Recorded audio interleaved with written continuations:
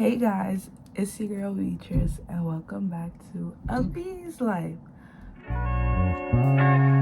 She just let me know, but they show no fish. Didn't say you found it, but she's still gonna hold on. Didn't say you found it, but she doesn't want. I actually did not know what to post. I got this idea from a series or a thing I did on my TikTok. So we're going to be talking about things that I am not continuing or traditions that I'm not continuing as an African child. Both of my parents are immigrants. I have loads of experience. Wait, I'm being rude. If y'all didn't already, make sure you like, comment, subscribe, share the video, and turn on the post notifications so you don't miss another video like this. Okay, so first thing is I'm not sending barrels back home because I have seen my mom do it, and I'm telling you, people are ungrateful. Like, I took the time out of my day and my bank accounts to come and send you a big barrel of stuff that's as tall as I am. You're gonna come and call me and be like, oh, why didn't you include X, Y, and Z in the barrel? What? I could have just not sent anything, but I still sent you something and you're complaining. When it comes to ungrateful people, I can't do it. Next one is I'm not sending any money back home. All of my active family that actually, took care of me and kind of, checks on me, they're all in America. So I'm not sending money to a bunch of people that I don't know. And then also, like, everything in this life is spiritual, right? So the items that I send them in the barrel, they could come and put that on an altar to come and try and do something to me in the realms of the spirit. The money that I sent back home, they could also go and put that on an altar to try and do something to me in the spirit. And me personally, it's a lot of stuff that my parents that I will not be doing because, like I said, everything in this life is spiritual. So it's low-key like me living under the radar, but it's just me being vigilant because, yeah, we're not reforming any new curses that I'm now gonna have to deal with and pass on to generations. Yeah, I rebuke that in the name of Jesus. Next thing, I'm not sending pictures of anything back home. No pictures of my wedding, my first child, my new house, my new car. Like I said, you're not about to come and lay curse on me, I beg. My peace is so priceless to the point where now I just want to protect it. Next thing, I'm not letting any and everyone around my child. To be honest, they'll be lucky if I even let them see my child when my child is like a year or two old. I'm gonna go a little bit more in depth with this. Do not kiss my baby's face. Do not kiss my baby on the mouth. That is not your child. And even me, myself, I'm not gonna be doing that because as somebody who is in the healthcare field, you know how many viruses you can give a baby by doing that? And you want to do it to my kid? No. You will no longer have access to me. Another one is no excessively holding. So the people I trust can hold my child, but if my child is crying and I'm asking you to give him to me, and you're like, oh no, I'll just take him. Give me my child before I get tight. If y'all feel like that's very excessive, well, take it up with God. Because me, y'all know I never cared. Another one is I'm not offering my kids unauthorized assistance to other people. And also, one thing I didn't like that my parents did is, like, whenever an auntie was having like a funeral or an event, they'd be like, oh, Beatrice will come and help you serve. I didn't say that. I don't even know her. But I don't know these people. No. So I'm not going to do that to my kid because I didn't like it when it was done to me. Next one is I'm not comparing my children to other kids. As it says in the Bible, comparison is the thief of joy.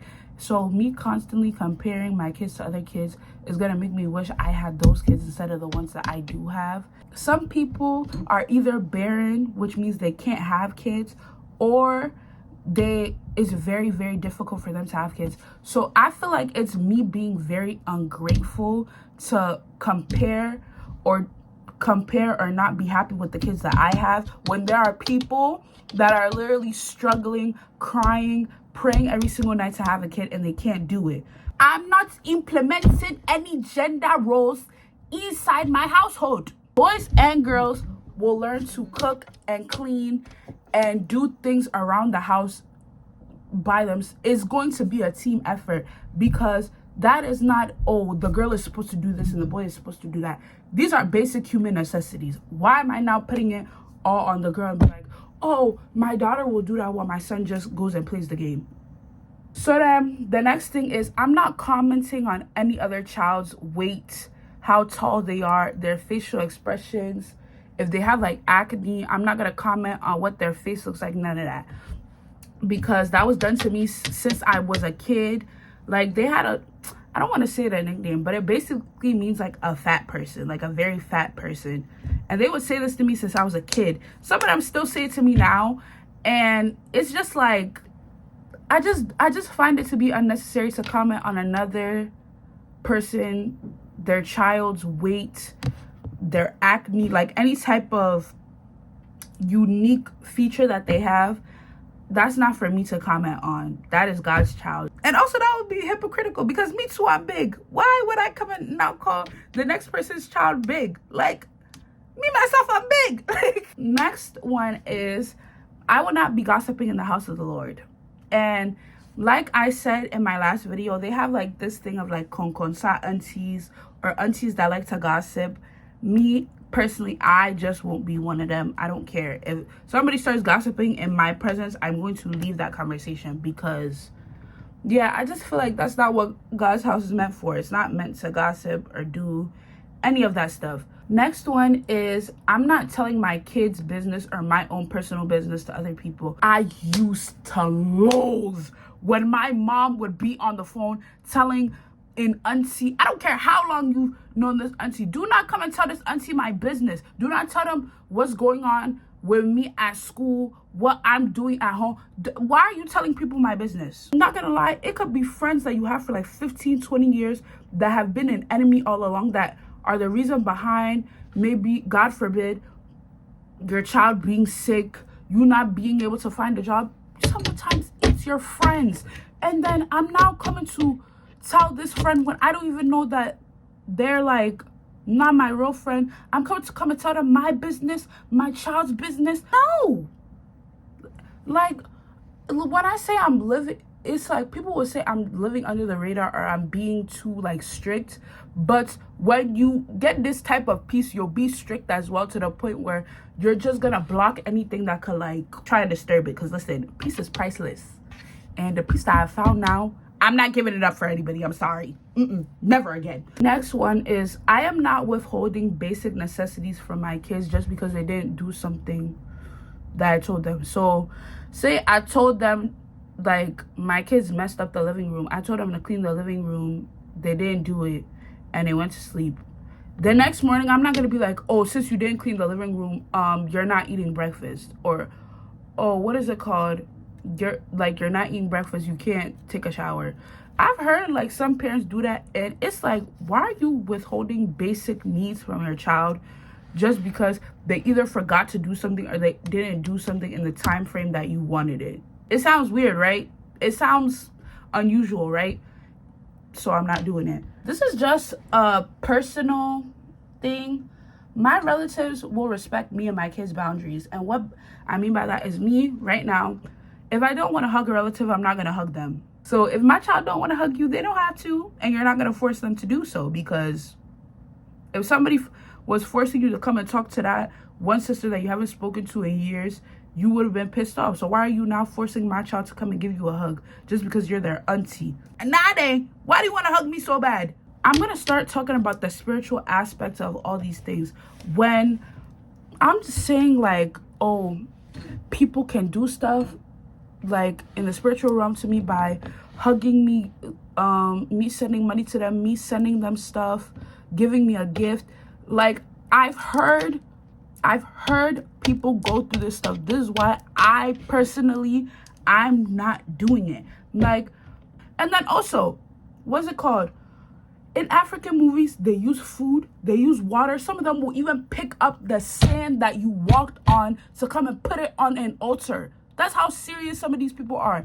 And me, I'm not taking any risks of putting any more curses on my family. God forbid, I rebuke it. I don't want my future generations to have to deal with anything because of my carelessness. So we're not doing that. Y'all be poisoning people's food, their drink, their water, picking up the sand off their feet, taking a bracelet from them, taking their hair, what is it called? Something that contains their DNA, like their hair, eyelash, nails, what is it called? Even in Africa, you know, they'll take the used pad to come and put it on the altar somewhere. They'll take items of clothing, whether it's like your bra, your underwear, a shirt, pants, a sweatshirt, anything. What type of bitterness do you have in your heart to come and now take something from somebody and go to that extreme level of getting something with their DNA or anything like that just to come and lay a curse on it? That is wicked. That's not even wicked. That's bitterness. Because how much do you have to hate somebody to come and do that? I will never understand it, but I feel like that's not something for me to understand. That's all up to God. I will probably talk more about this in my next video because I'm trying to do more spiritual content and not always like be doing like funny content, because y'all see that I'm funny, but I also want to spread the gospel as well, because that is my purpose on this earth. So this is going to be the end of today's video. Thank you guys so much for watching. I'm going to put my Instagram and my TikTok in the description, and I love you guys so very much, and I'm gonna see you guys in the next video. Bye lovelies. Mwah.